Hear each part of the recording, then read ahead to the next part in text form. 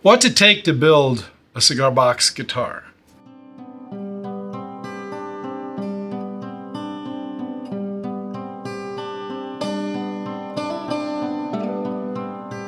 Hi, let's talk about what it takes to build a cigar box instrument.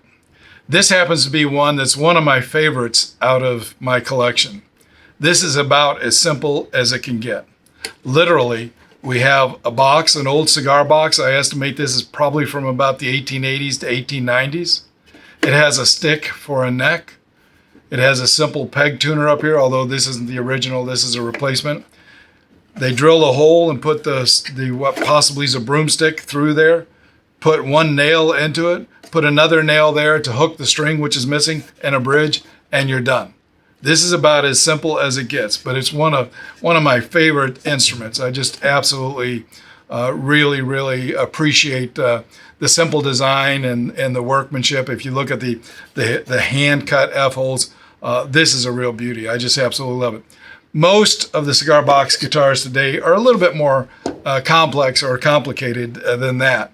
But I want to explain the parts that go into a CBG. I want to talk about them. Want to explain the pieces and what they do. Because if you're new to this and you're just getting into it, you'll hear some terminology that you may not recognize. I mean, everybody knows what a neck is. Everybody knows what a string is. But there's some other parts on here that you may not be familiar with. I know when I first got into it, it was like, what are they talking about? So we did a little more investigation. So hopefully, as you watch this video, I'll be able to help you understand all the parts and kind of how they work together. Well, the first part is the box.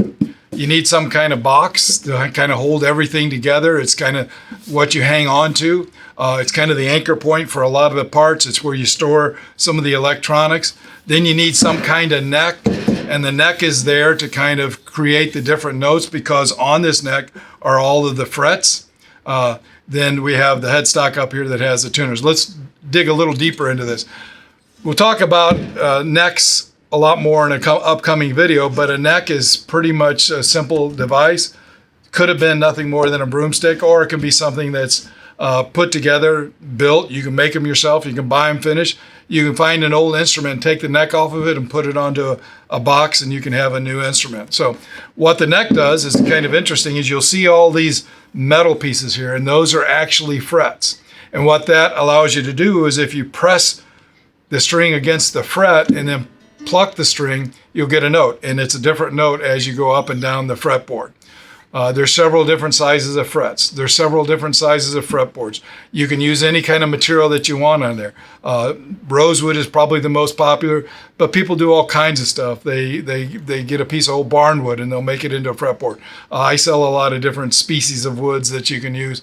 You can use a yardstick. You can do all kinds of stuff to make the fretboard, and then you put the frets on.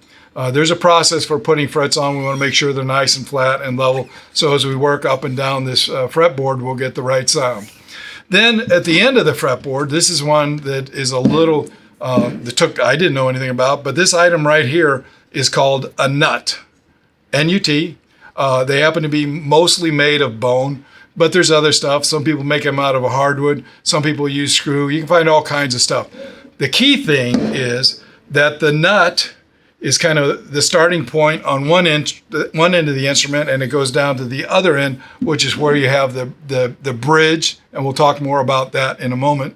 But it's that connection point between here, and the string has to kind of hang in air between those 2 points. And that's how you get to make all the music. And again, we're going to talk about that in another video, but it's very important that you have this starting point here and this ending point down here. And basically those are 2 knives edge, and it's a very precise measurement between the two. And again, that's where the strings hang between those 2 points. So we also then have what's called a headstock, and the headstock is where we have the tuners. And you can see the tuners here. These are tuners that I sell and we use. They're a little device where as you turn them, they have a worm gear, and then there's a worm wheel inside there. And so as you turn it this way, it actually turns this little action, which tightens up the string.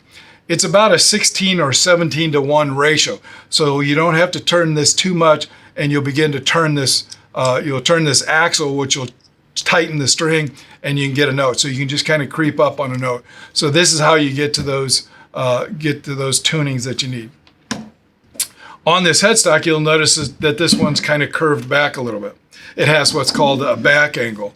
And so we have the back angle on there because what we want to do is that as the string goes over the nut, we want it to fall off because we want to keep it very tight.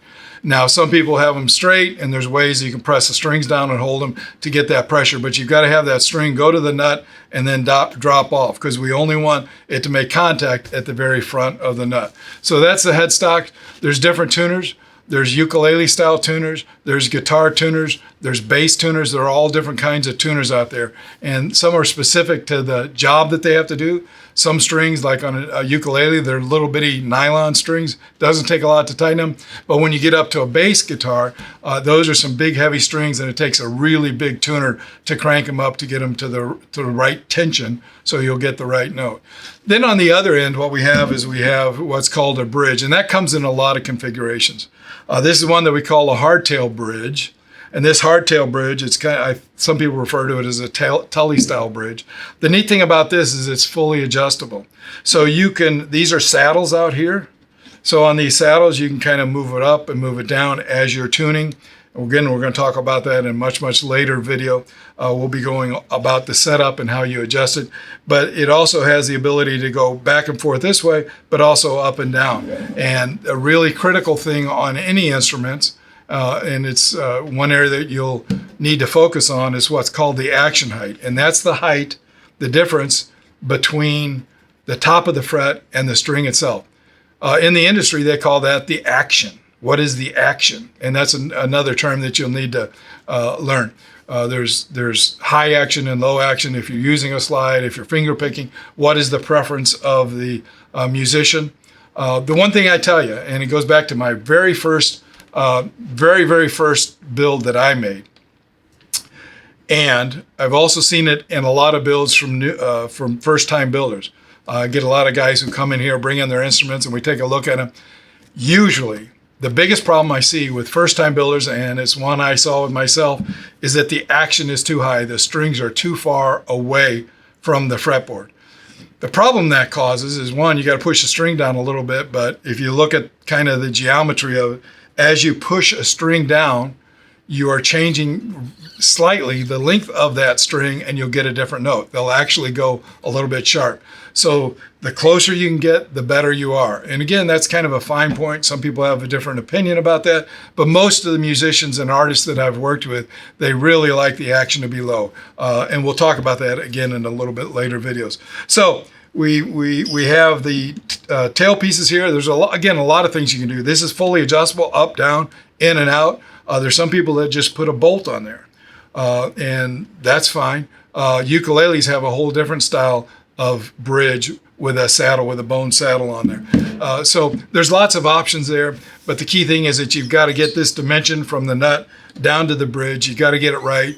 It's in correlation to the scale length and the frets, and make sure you get the right note. Usually, people like to make electric guitars. And the idea is that you can get amplification. You can build an acoustic guitar, and it sounds pretty good, but it doesn't have the sound that a much, much bigger acoustic guitar that you might have. But you can make it playable in a small setting. It sounds pretty good. But usually people want to get a little more sound, so we electrify. And so there are some components that work together to electrify. You'll hear people talk about a pickup. This one happens to be the most simple. This is one of my flat pickups, very simple. We'll talk in great detail in a later video about how these work. Basically, it's got a magnet and a coil of copper wire, and it sends a signal out, and that signal is modified, one, by these pots. These are actually potentiometers, but people in the industry call them pots. We'll talk more about those later, and then from there they go out to a jack, and that's how you plug into your amplifier. So this is kind of a typical electric package pickup. Volume pot, up and down on the volume, and a tone. It has a capacitor on there, and what that does is it takes out a little bit of the harsh, higher tones. And there's just all kinds of things. And when you get into pickups, there's hundreds of thousands of different issues to deal with. Lots and lots of different styles, designs, ways you put them together, combinations. It's a very, very complicated science. I like to keep it really, really simple in this world of CBGs, and that's what I do, and that's what I put on my instruments. I don't try to make it too complicated. So again, what we have is we have a neck, we have strings, we have a headstock, we have tuners, we have a bridge, and we have the electronics that go into this to make this thing work. So those are the parts. There's more little pieces that we can talk about as we go forward, but that'll help you understand when people start talking about the parts of a CBG. See you in the next video.